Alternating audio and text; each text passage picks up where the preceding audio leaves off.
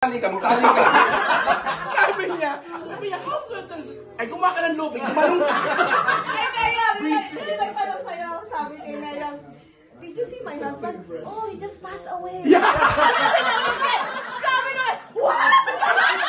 Oh, he just passed away. He just passed away. Pinatay. Kasi Robert din, sabi kasi ng guest, as a security because someone passed out in the 10th floor. Oh, passed out nga daw. Francesto's EDM, someone passed away in the 10th floor.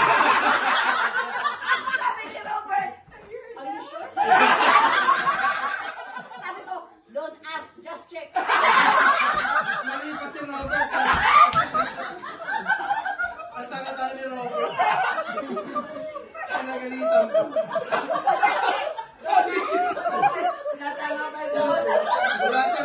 Sinawayan siya eh. Kasi, ngayon, bubuuin mo na yung footage natin ba? Front desk na, ano? Wala, ginawa na naman.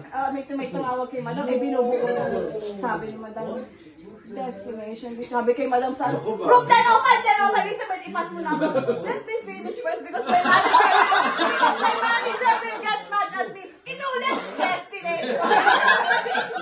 Piloso ko. My manager will get mad at me. Ay, ibig sabihin nung kausap, 10:05, ipasa mo na, ay, haba nung sinasabi ko. Ang isa ni Madam, babangalan pa niya. Destination. Ano ba ito eh, no? Ano yung ba namin sinasabi mo na, ano, yung karantina sa lugar nyo, nasabi mo yung ano yun nga? Hi, this is Kagel. Ano pa rin sa Kagel sa oras? Hindi oro. Hindi, pero sila talaga ang napapasunod sa dila ko. Talaga kanan eh. Sa'yo ba yun? Dami. Ay, daming bloopers niya. Bloopers.